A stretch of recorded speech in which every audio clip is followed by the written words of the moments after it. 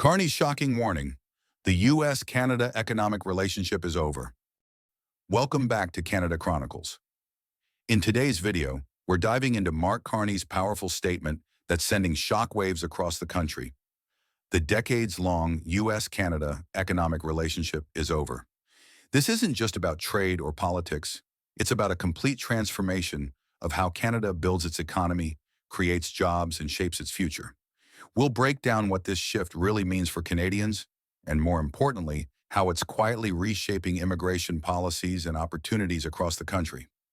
From new trade strategies to the build-at-home agenda, we'll uncover how these changes could affect workers, students, and families planning their future in Canada. And stay tuned until the end. We'll reveal hidden immigration consequences of Canada's U.S. break, what nobody is talking about, a segment packed with insights that could change how you view Canada's next chapter. So make sure to subscribe, turn on notifications, and stay with us all the way through. There's a lot unfolding behind the headlines. Let's get started. Canada's moment of disruption. Canada is facing a major economic turning point. During his national address ahead of Budget 2025, Mark Carney declared that the decades-long process of an ever-closer economic relationship between the Canadian and U.S. economies is over. In simple terms, Canada can no longer depend primarily on the United States as its economic anchor. Carney explained that many of Canada's former strengths, built on American demand, investment, and integration, have now become vulnerabilities. For decades, Canada's economy was deeply tied to its southern neighbor. Nearly three-quarters of Canadian exports went to the United States, and investment flowed freely across the border. Supply chains spanned thousands of miles, linking Canadian manufacturing plants, resource industries, and technology hubs to U.S. companies. But that model is shifting fast. New U.S. tariffs, protectionist policies, and fractured global trade patterns are making that old dependence increasingly risky. Carney's warning exposed a deeper truth. What once sustained Canadian growth has turned into a strategic liability. Key industries such as automotive manufacturing, forestry, steel, agriculture, and energy now find themselves vulnerable to sudden U.S. policy changes. Ministers describe stalled investments and delayed projects. Clear signs that Canada must act now or fall behind. The hard numbers behind the shift. Behind Carney's speech lie concrete figures. He estimated that U.S. tariffs and trade uncertainty could cost Canada roughly 1.8% of its gross domestic product, about $50 billion. To counter that, the government has set an ambitious goal to double non-U.S. exports over the next decade by expanding trade with Asia, Europe, Africa, and Latin America. Budget 2025 introduced massive infrastructure investments, national Buy Canadian procurement rules, and new trade diversification programs. These are meant to build a stronger domestic foundation while reducing dependence on any single foreign market. Critics argue the transformation will take time, but the message is clear. Canada's economic base, long built on proximity to the United States, must evolve or risk stagnation. Why this matters for immigration? At first glance, it may seem unrelated, but this economic pivot directly connects to immigration. In Canada, immigration policy is one of the most powerful tools of economic strategy. It decides who fills labor gaps, drives innovation, and sustains population growth. Under Carney's build-at-home approach, immigration is now being viewed through a new lens, one that prioritizes productivity, domestic resilience, and long-term contribution. Canada needs to strengthen internal growth rather than rely on cross-border labor patterns shaped by U.S. demand. Skilled newcomers are expected to support the sectors that power Canada's new strategy: clean technology, advanced manufacturing, construction, healthcare, agriculture, logistics, and artificial intelligence. Temporary resident programs, such as study and work permits, are also being reevaluated.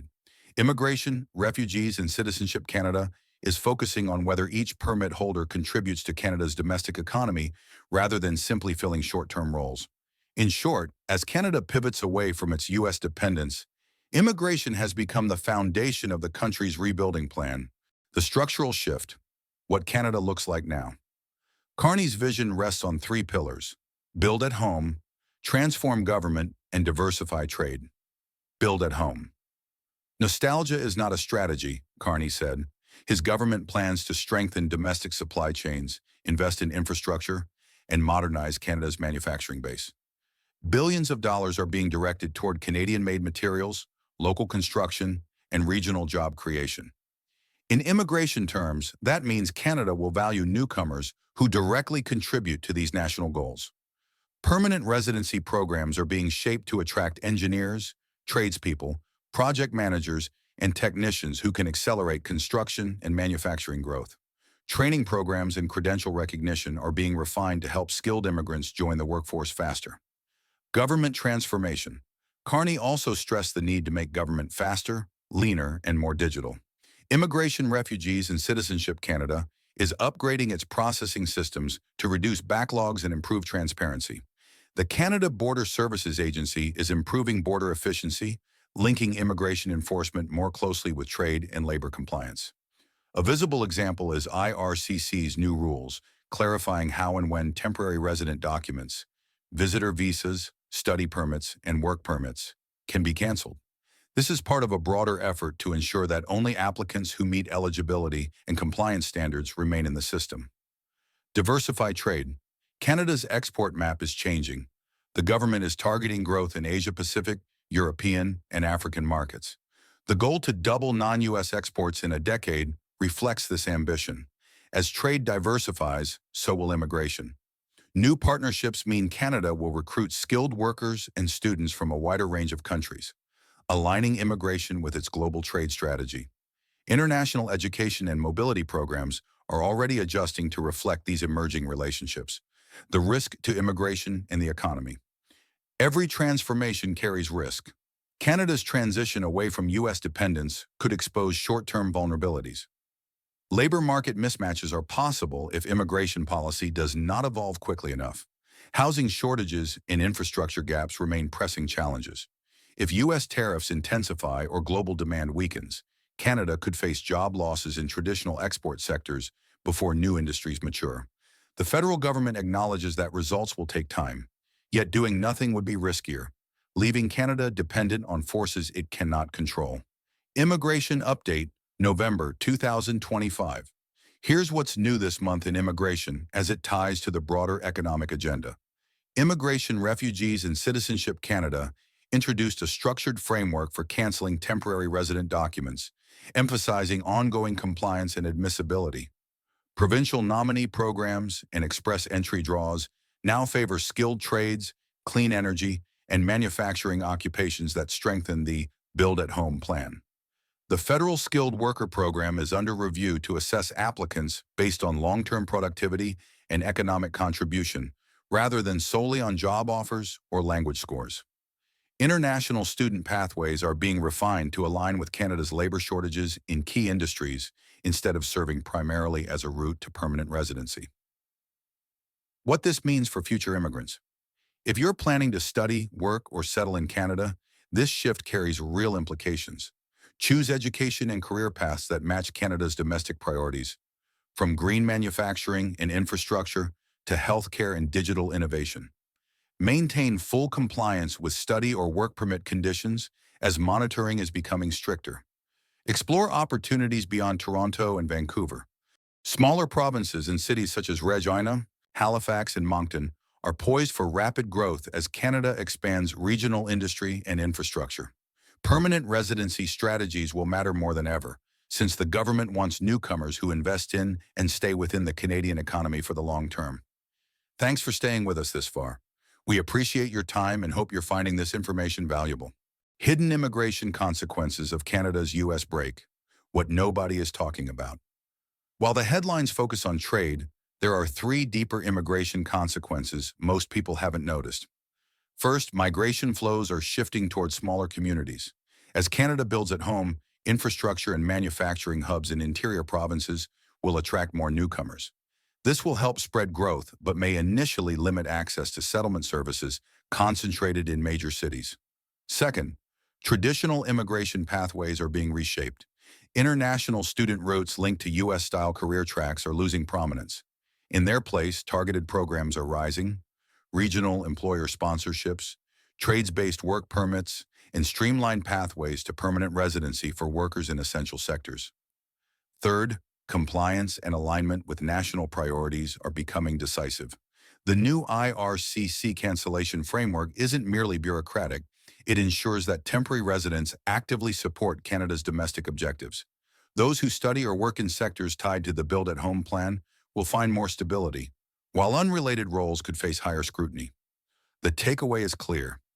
Anyone planning to immigrate to Canada must think strategically. It's no longer just about qualifying, it's about contributing to the economy that Canada is building for 2026 to 2030. The path ahead, a new strategy for Canada. To navigate this rupture with the United States, Carney's government is advancing a three-part plan: rebuild domestic infrastructure, diversify trade, and modernize governance. The new budget is only the beginning.